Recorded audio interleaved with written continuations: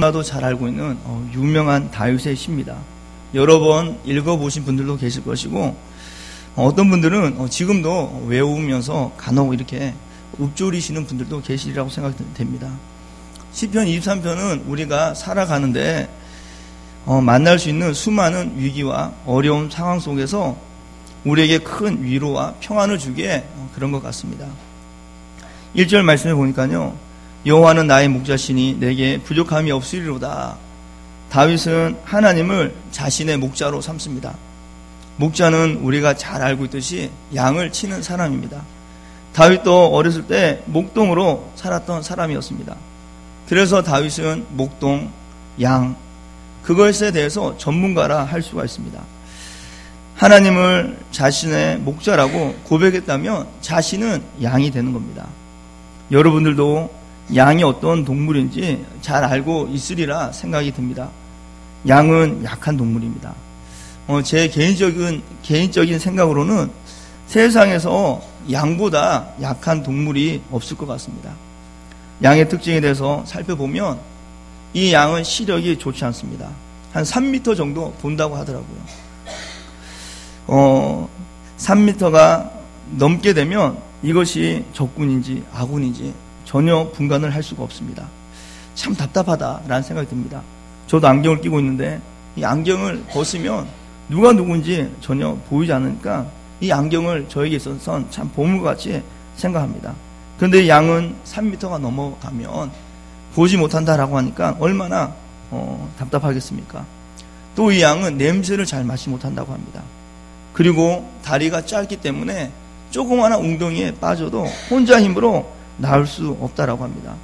그러니까 동물 중에서 최악의 조건을 갖춘 동물이 바로 양이지 않나 제 개인적으로 생각합니다. 사실 약한 동물들도 나름대로의 생존 방법을 가지고 있습니다. 예를 들어서 토끼 같은 경우는 작지만 강하고 튼튼한 다리가 있고 또한 커다란 귀가 있기 때문에 멀리에 있는 소리도 잘 듣습니다. 그래서 육식동물이 나타나면 멀리서 그 소리 듣고 재빠르게 피하게 되는 거죠. 그래서 이 토끼를 우습게 볼 수가 없는 것입니다. 소는 어떻습니까? 강한 뿔과 힘을 가지고 있습니다. 그래서 소를 잘못 건드렸다가는 뿔에 치이게 되고 치명적인 상처가 있기 때문에 육식동물들도 함부로 건들 수가 없습니다. 이렇게 초식동물이라 할지라도 약해 보이지만 자신이 가지고 있는 강점을 이용해서 자신 스스로를 보호하는 겁니다. 아까도 말씀드렸듯이 거기에 비해 이 양은 너무나도 약하다 할 수밖에 없습니다. 어떻게 보면 하나님께서 왜 양을 만드셨을까 이게 생각이 들 정도입니다. 그런데 하나님께서는 그것을 아시고 양에게 목자, 목동을 부여주신 것 같습니다. 창세기에 보면 아담과 하와가 나오는데 이 아담과 하와가 하나님의 말씀을 거역해서 에덴 동산에서 쫓겨납니다. 그리고 낳은 자녀가 가인과 아벨이었는데 아벨은 양을 치는 사람이었습니다. 이것을 보면 하나님은 양을 만드시고 양이 약하다라는 것을 알고 처음부터 양을 위해서 목자를 세워두신 것이 아닌가 싶습니다. 그런데 오늘 말씀에서 이해가 가지 않는 점이 있는데 그것은 다윗이 자신을 가리켜서 양이라고 말합니다. 다윗이 양이 어떤 동물인지 몰랐다라고 한다면 모르고 그러나 보다 그냥 넘어갈 수가 있습니다. 근데 다윗은 양에 대해서 완전 전문가거든요. 잘 알고 있다라는 겁니다. 근데 왜 다윗은 자신을 가리켜서 양이라고 했을까? 사실 다윗은 양이 될 수가 없습니다. 다윗을 동물로 치면 양이 아니라 동물 중의 왕, 사자라고 해야지 걸맞습니다. 왜냐하면 다윗은 어렸을 때부터 양을 치면서 사자나 늑대, 곰이 나타나면 두려움 없이 달려가서 물리쳤습니다. 또 어린 나이에 다윗은 전쟁에 한 번도 나간 적이 없는데 적군의 최고의 용사이자 장수인 골리앗과의 싸움에서 승리를 거두게 됩니다. 그 후에 사울 왕의 눈에 든 이 다윗은 군대 장관이 되고 수많은 전쟁터를 누볐지만 단 한 번도 진 적이 없는 용사 중에 용사였습니다. 그래서 여인들이 말하기를 사울을 가리켜서 다윗을 가르쳐서 그들이 전쟁터에서 돌아올 때 사울이 죽인 자는 천천히요, 다윗이 죽인 자는 만만이라고 합니다. 다윗이 사울보다 더 낮은데도 불구하고 만만이라고 했던 것은 그만큼 전쟁터에서 용맹하게 싸웠던 사람이라는 것을 알 수가 있습니다. 또 사울 왕도 성경에 보니까 다윗을 두려워했다라고 말합니다. 성경에 보니까 여호와께서 사울을 떠나 다윗과 함께 계심으로 사울이 그를 두려워한지라. 또 다른 말씀을 찾아보면 사울은 다윗이 크게 지혜롭게 행함을 보고 그를 두려워하였으나 이렇게 말합니다. 그리고 블레셋의 장로들이 다윗이 자신의 나라에 망명했을 때 이스라엘과의 중요한 전투에 임하게 됩니다. 그때 다윗이 그 전투에 함께 가겠다라고 자청하니까 다윗을 두려워해서 만약에 다윗이 그 전쟁에 나가게 되면 우리들은 절대로 전쟁터에 나갈 수 없다, 이렇게 고백했던 것을 볼 수가 있습니다. 다윗은 모든 사람들이 두려워할 만한 장수 중에 장수였습니다. 또 또 사람들은 메시아를 기다릴 때 다윗과 같은 메시아를 기다리게 됩니다. 왜 그렇습니까? 다윗은 용감하고 자신들을 위기에서 건져낼 사람이 다윗밖에 없다, 그렇게 생각 있게 그랬던 것이죠. 근데 다윗은 자신을 가리켜서 양이라고 고백합니다. 동물 중에서 가장 약하고 힘이 없는 동물이 바로 양인데도 말입니다. 다윗이 자신을 약한 존재로 고백할 수 있었던 이유는 무엇이겠습니까? 다윗은 어렸을 때 굉장히 약한 사람이었습니다. 8명의 형제 중에 막내로 태어나게 됩니다. 막내로서 그는 형제들에게 인정을 받지 못합니다. 특히 우리가 잘 알고 있듯이 사무엘이 이새의 집에 왔을 때 모두 다 사무엘을 맞이하기 위해서 모든 아들들이 다 다윗의 집에, 이새의 집에 모였습니다. 근데 그곳에 없는 사람이 있었는데 그가 바로 다윗이었죠. 양치로 갔던 것입니다. 일을 하러 간 것입니다. 또 시편 69편 8절에도 보면 다윗이 지은 시가 나옵니다. 거기에 보니까 내가 나의 형제들에게 객이 되고 나의 어머니의 자녀에게는 낯선 사람이 되었나이다, 이렇게 말합니다. 나의 형제들에게 객이 되고 어머니의 자녀에게는, 이것도 자신의 형제들을 가리키는 겁니다. 그러니까 형제들에게 객이 되고 낯선 사람이 되었다라고 고백합니다. 이 객이라는 것을 요즘 말로 말하면 노숙자를 뜻합니다. 형제들에게 멸시를 당한 거죠. 그리고 낯선 사람이 되었다라는 것은 왕따가 되었다라는 것입니다. 다윗은 어렸을 때부터 형제들에게 인정을 받지 못했다라는 것을 알 수가 있습니다. 그리고 다윗은 형들이 전쟁터에 나갔을 때 아버지의 심부름으로 형들이 나간 그 전쟁터에 정말 잘 지내고 있는가 보고 오라고 해서 그 심부름으로 가게 됩니다. 사실 전쟁터가 어떤 곳입니까? 굉장히 위험한 곳입니다. 화살이 여기저기 날아오고 예측할 수 없는 일들이 갑작스럽게 일어날 수 있는 곳, 바로 전쟁터입니다. 굉장히 위험한 곳이죠. 그런데 나이가 제일 어린 다윗이 전쟁터에 내보내질 정도입니다. 그만큼 가족들 사이에서 대접을 받지 못한 사람이 바로 다윗이었습니다. 또 다윗은 목동으로, 어떤 목사님께서 그러시더라고요. 다윗이 목동으로 아버지의 양을 치지 않았을 것이다. 아버지께서 가난해서 다른 사람의 양을 쳤을 것이다, 이렇게 이야기합니다. 그 이유가 뭐냐면 다윗이 목동 시절에 양을 치는데 사자나 곰이 나타나면 그것을 이제 물어가게 되면 주인이 다윗에게 말하기를 이 다윗이 도적질했다, 이렇게 하면 도덕으로 물리는 겁니다. 율법에 보니까 도적질하게 되면 4배나 갚아야 되거든요. 다윗이 버는 것보다 더 많은 돈이 지출되니까 다윗은 목숨을 걸고서라도 사자와 곰과 싸워서 다시 그 양을 찾아야 되었다라는 것입니다. 비록 양이 죽었다 하더라도 주인에게 가져가게 되면 4배로 물어주지 않아도 되는 겁니다. 양이 아버지의 것이었다라고 한다면 아버지가 아들인 다윗에게 사자와 곰이랑 늑대랑 싸워서 기필고 양을 찾아와야 된다, 이렇게 이야기했겠습니까? 위험하니까 그렇게 하지 말라고 아버지가 이야기하지 않았겠습니까? 이 이야기를 들어보니까 일리가 있는 것 같습니다. 어린 다윗의 삶이 얼마나 고달프고 힘들었겠습니까?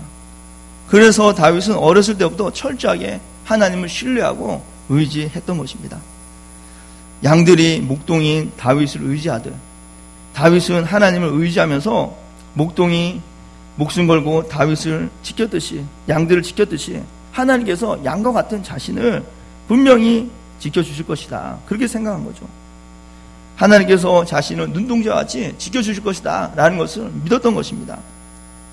하나님을 전적으로 의지한 다윗, 세상에 누구보다도 강할 수밖에 없습니다. 사무엘상 2장 30절 말씀 후반부에 보니까 나를 존중히 여기는 자를 내가 존중히 여기고 나를 멸시하는 자를 내가 경멸하리라. 우리가 하나님을 얼마나 사랑하느냐에 따라서 하나님께서 우리를 그만큼 존중히 여겨주신다라고 말합니다. 그러니까 다윗은 자신을 가리켜서 가장 약한 동물, 양이라고 할 정도면 다윗이 얼마나 하나님을 의지했겠습니까? 아마 이스라엘 나라에서 그 모든 전체 사람들 중에 어떤 사람들보다 다윗은 하나님을 신뢰하고 의지했던 것 같습니다. 그래서 하나님께서도 이 다윗을 가리켜서 말하기를 내 마음이 합한 자라고 이야기했던 것이죠. 하나님께서는 다윗이 하나님을 의지했듯이 우리들도 하나님을 의지하기 원합니다. 그러면 내가 약하고 힘이 없다 할지라도, 양과 같다 할지라도 우리는 하나님의 도우심으로 달과 같이 강해질 수가 있고 복을 받을 수가 있는 것이거든요. 하나님을 의지한 다윗 이렇게 고백합니다. 이것은 내가 하나님을 목자와 같이 의지했더니 이렇게 되더라 라는 것을 다윗이 경험담을 이야기하는 것 같습니다. 1절 말씀인데 여호와는 나의 목자시니 내게 부족함이 없으리로다. 하나님께서 우리의 목자가 되니까 전혀 부족함이 없다라고 합니다.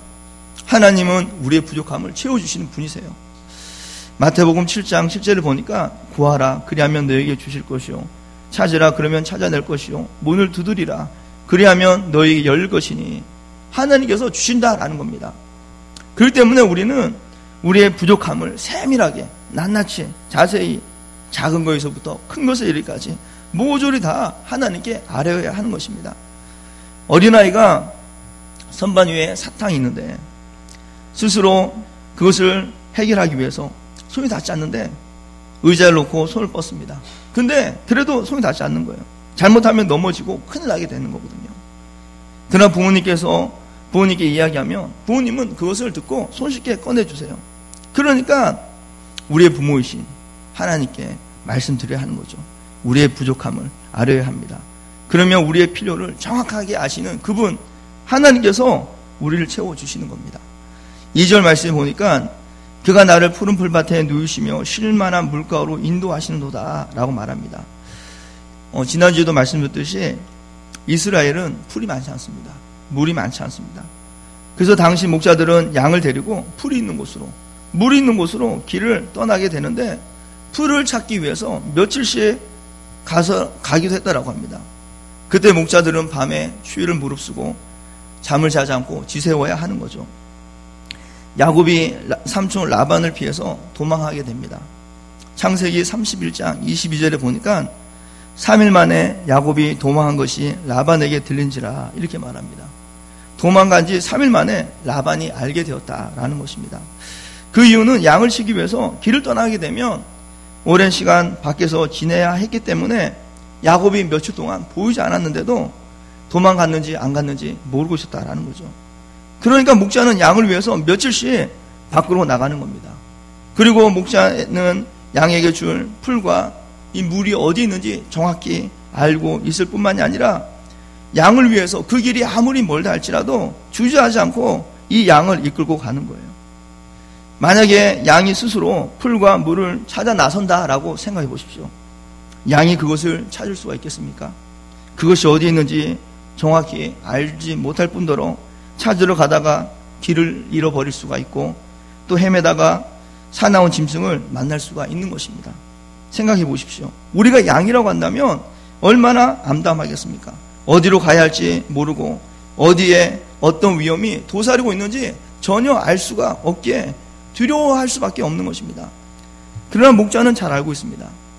양을 위해서 그 길이 아무리 멀다 할지라도 목자는 양을 위해서 그곳을 찾아가는 거죠. 그렇기 때문에 우리는 하나님의 인도함을 받아야 하는 것입니다. 우리의 목자는 누구겠습니까? 그분은 바로 예수 그리스도세요.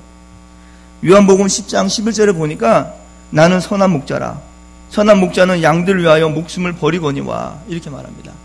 예수님은 선한 목자기에 그분은 우리에게 모든 것을 내어주실 뿐만 아니라 죽기까지 하셨다라는 것을 볼 수가 있습니다.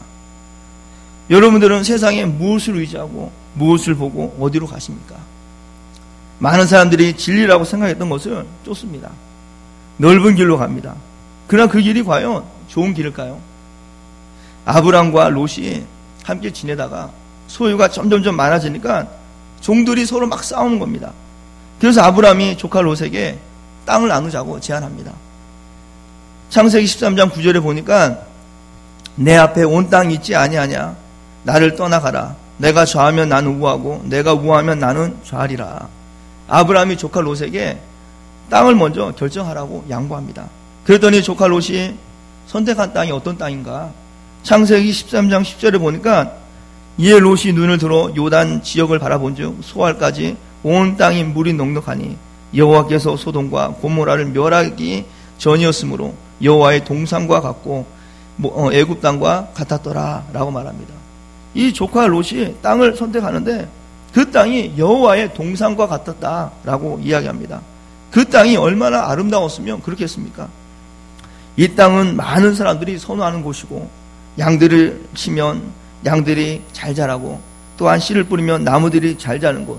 요즘 말로 말하면 성공의 모든 조건을 갖춘 것과 같습니다. 당시에 좋은 땅은 성공의 조건이 되었기에 그렇습니다. 근데 여호와의 동산 같았던 그 땅이 나중에 어떻게 됩니까? 저주의 땅으로 바뀌게 됩니다. 그래서 하나님께서 심판하시는데 조카 롯은 자신의 소유를 다 잃어버릴 뿐만 아니라 자신의 사랑하는 아내도 잃게 되고 겨우겨우 살아남은 사람은 자신과 자신의 두 딸밖에 되지 않았습니다. 조카 롯이 선택한 그 땅이 그럴 줄 알았겠습니까? 아닙니다. 전혀 몰랐습니다. 알았다라고 한다면 누가 등을 떠민다고 해서 그곳으로 가겠습니까? 우리가 보기에는 좋은 땅이 절대로 좋은 땅이 아니라는 겁니다. 우리가 생각하는 성공의 조건이 정말 성공의 조건이 될 수가 있기도 하겠지만 없을 수도 있다라는 것이죠. 우린 앞날을 알 수가 없습니다. 무엇이 좋은지 어디로 가야 할지 우리의 힘으로 선택하고 결정하면 되지 않습니다. 아브람도 그랬습니다.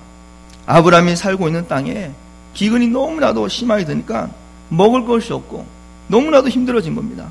그래서 아브람이 생각하기를 애굽 땅으로 내려가자 해서 애굽 땅으로 내려갑니다. 창세기 12장 10절에 보니까 그 땅에 기근이 들므로 아브람이 애굽에 거류하려고 그 길로 내려갔으니 이는 그 땅에 기근이 심하였음이라 라고 말합니다.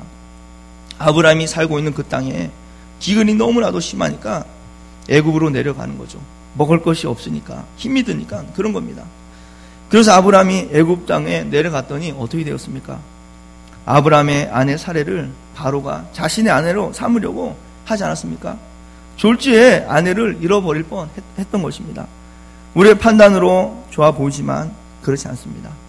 하나님께서 아브람에게 주신 땅이 아무리 힘들고 어려워도 그 땅을 벗어나면 되지 않는 거죠. 우리가 잊고 있는 게 있는데 하나님을 믿는다고 해서 모든 일이 다 잘 될 거다 생각하면 되지 않습니다. 하나님께서 주시는 뛰어넘어야 할 어려움이 있고 우리를 넘어뜨리려고 하는 마귀의 전략이 있기에 그렇습니다. 그러나 하나님께서 주신 길이라면 힘들고 어렵다 하더라도 우리가 그 길로 가게 되면 우리는 결코 망하지 않습니다. 하나님은 우리의 목자이기에 우리의 필요를 정확히 아시고 그분의 우리의 부족함을 채워주시는 분이시기에 그렇다라는 거죠. 다윗은 어땠을까요? 그는 하나님의 인도함을 받았을 때 승승장구합니다. 그러나 다윗도 하나님의 인도함을 받지 못했던 때가 있었습니다. 그는 하나님의 인도함을 받지 못했을 때 밧세바와 간음하게 되고 밧세바는 임신하게 됩니다. 다윗이 이 밧세바가 유부녀인지 몰랐을까요? 아니라는 거죠. 사무엘하 11장 3절에 보니까 다윗이 사람을 보내 그 여인을 알아보게 하였더니 그가 아뢰되 그는 엘리암의 딸이요 햇사람 우리아의 아내 밧세바가 아니니까 하니 남편이 있는 여인이었습니다. 다윗도 잘 알고 있었다라는 거죠. 율법에 의하면 간음하게 되면 사형입니다. 하나님께서 싫어하시는 겁니다. 그리고 밧세바가 임신하자 이것을 덮기 위해 우리아를 전쟁터에서 불러옵니다. 그리고 자신의 집으로 보내는 거죠. 근데 우리아는 자신의 집에 가지 않고 왕궁에서 잠을 잡니다. 왜냐하면 자신의 동료들은 힘들게 전쟁터에서 적과 싸우고 있는데 어떻게 내가 편안하게 집에서 잘 수 있느냐 하면서 잠을 자지 않는 거예요. 다윗도 그것을 알고 우리아를 하루 더 있으라고 합니다. 그러면서 어떠한 행동을 했는가 하면 사무엘하 11장 13절 보니까 다윗이 그를 불러서 그로 그 앞에서 먹고 마시고 취하게 하니 저녁 때에 그가 나가서 그의 주의 부하들과 더불어 침상에 눕고 그의 집으로 내려가지 아니하니라. 이번에는 술까지 먹이게 됩니다. 술을 먹으면 자신의 집에 가서 잠을 자겠지. 그랬던 것 같습니다. 다윗은 우리아가 술을 마시고 취하게 되면 자신의 집에 갈 거라고 생각했던 것 같습니다. 우리아는 다윗을 위해서 전쟁터에서 적군과 싸우는데 이 다윗은 자신의 부하 아내와 간음을 저질렀으니 얼마나 추합니까? 그것뿐만이 아닙니다. 우리아를 전쟁터에서 보낼 때 이 우리아에게 편지를 손에 들려서 보내는데 그리고 요압에게 전달해 주라는 겁니다. 우리아가 자신의 손에 들려져 있는 이 편지의 내용을 알면 깜짝 놀랄 것입니다. 사무엘하 11장 15절을 보니까 그 편지에 써서 이르기를 너희가 우리아를 맹렬한 싸움에 앞세워 두고 너희는 뒤로 물러가서 그로 맞아 죽게 하라 하였더라. 이렇게 말합니다. 충성스러운 부하인 우리아를 죽이기 위해 다윗이 편지까지 써서 보낸 것입니다. 다윗의 행동이 얼마나 악하고 참 추합니까? 과연 하나님의 사람이었을까? 그런 생각이 들 정도입니다. 왜 그렇습니까? 하나님을 떠나게 되면 그렇게 되는 겁니다.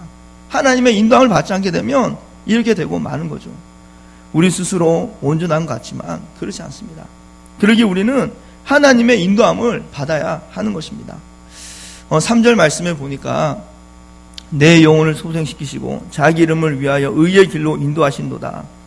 우리가 하나님의 인도함을 받게 되면 우리의 영혼을 소생시키시고 의의 길로 인도하시겠다라고 말씀하고 있습니다. 그러나 아까도 이야기했듯이 우리가 하나님의 인도함을 받는다고 해서 이 고난이 비껴가는 게 아니에요. 고난의 길로 간다 할지라도 고난의 길로 가는 겁니다. 근데 많은 사람들이 이것을 두려워하는 경우가 있습니다. 4절 말씀을 보니까 내가 사망의 음침한 골짜기로 다닐지라도 해를 두려워하지 않을 것은 주께서 나와 함께 하심이라. 주의 지팡이와 막대기가 나를 안위하시나이다. 이렇게 이야기합니다. 이것을 보면 사망의 음침한 골짜기로 다닌다라고 했는데 신앙인들도 위기의 순간, 고난의 순간이 찾아온다는 것이죠. 다윗에게도 고난의 순간이 있었습니다. 사울 왕이 다윗을 미워해서 죽이려 합니다. 사울 왕이 악신이 들려있을 때 다윗이 사울 왕을 위해서 수금을 타게 되는데 그때 사울이 다윗을 향해 창을 던지는데 2번씩이나 바로 앞에 있는 다윗을 향해 던집니다. 아찔한 순간이죠. 얼마나 놀랐겠습니까? 그러나 하나님은 하나님의 은혜로 2번씩이나 그 창을 피하게 됩니다. 또 다윗이 사울 왕을 피해 다니며 도망자의 삶을 살았을 때 이 사울이 다윗을 잡기 위해 3,000명의 최정예 군사들을 데리고 다니면서 다윗이 나타났다라고 하면 그곳에 무조건 갑니다. 나라가 아무리 급해도. 그리고 이 다윗이 도망 다닐 때 혼자 도망 다닌 것이 아니었거든요. 자신을 따르는 수백 명의 사람들과 가족이 있었는데 이들을 데리고 사울 왕을 피해 다닌다라는 게 결코 쉬운 일이 아니었습니다. 다윗에게는 역경이고 고난의 순간이었습니다. 그럼에도 사울이 다윗을 죽일 수 없었던 이유, 그것이 무엇이겠습니까? 하나님의 보호하심이 있었다라는 거죠. 사람의 생사화복은 우리가 결정하는 것이 아닙니다. 하나님의 손에 있다라는 겁니다. 그렇기 때문에 하나님께서 허락하지 않으니까 사울 왕이 자신의 힘을 가지고 다윗을 죽이려고 그렇게 찾아다녔음에도 불구하고 못 찾았던 것을 볼 수가 있습니다. 아까도 말씀드렸듯이 다윗이 수금을 탈 때 사울이 자신의 손에 있는 창을 던집니다. 그것도 2번씩이나. 사울이 다윗의 그늘에 감춰져서 그렇지 이 사울도 용사 중에 용사였거든요. 전장터에서 잔뼈가 굵은 사람이었습니다. 그래서 사울이 죽인 자는 천천히라고 하지 않습니까? 가까운 거리에서 창을 던지는데 다윗을 맞추는데 그건 굉장히 쉬운 일일 것입니다. 그런데도 창이 다윗을 비껴나간 이유가 무엇이겠습니까? 하나님께서 막으신 거죠. 하나님의 전적인 은혜가 있었다라는 겁니다. 또 사울 왕이 다윗을 잡기 위해 3,000명의 최정의 군사들과 함께 다녔을 때 그를 찾지 못합니다. 다윗 땅이, 이스라엘 땅이 넓은 땅이 아니거든요. 한 강원도만 합니다. 그런데도 사울이 다윗을 찾지 못한 이유가 무엇이겠습니까? 하나님께서 다윗을 숨겨주셨기 때문에 그렇다라는 것입니다. 이렇게 우리가 하나님을 잘 섬기게 되면 어려움이 피해가는 것이 아니라 어려움이 다가올 수도 있습니다. 그러나 어려움 가운데 우리는 혼자 있는 것이 아니라 우리의 목자 대신 하나님께서 함께 계시기에 그분이 우리를 지켜주시기에 우리는 안전할 수 있다는 거죠. 다윗이 존경을 받는 이유가 무엇이겠습니까? 위기의 순간이 있었기에 그렇습니다. 위기의 순간이 없었다면 그는 다윗이 될 수가 없었습니다. 요셉도 마찬가지입니다. 위기의 순간이 없었다면 그는 요셉이 될 수가 없습니다. 그 위기 속에서 하나님을 의지하고 믿었기에 그 위기를 극복할 수 있었고 뚫고 나갈 수 있었던 것입니다. 그리고 나중에 믿음의 승리자가 될 수 있었던 것이죠. 그러기에 저와 여러분들은 하나님의 인도함을 받아야 됩니다. 그분께 피할 때 우리는 부족함이 없게 되고 우리의 필요를 채워주시고 푸른 풀밭, 쉴만한 물가로 우리를 위협하는 사망의 음침한 골짜기에서도 그분은 우리를 보호해 주시는 것입니다. 그러기에 저와 여러분들은 하나님을 전적으로 의지하는 그런 성도님들이 되시기를 예수님의 이름으로 축원드립니다.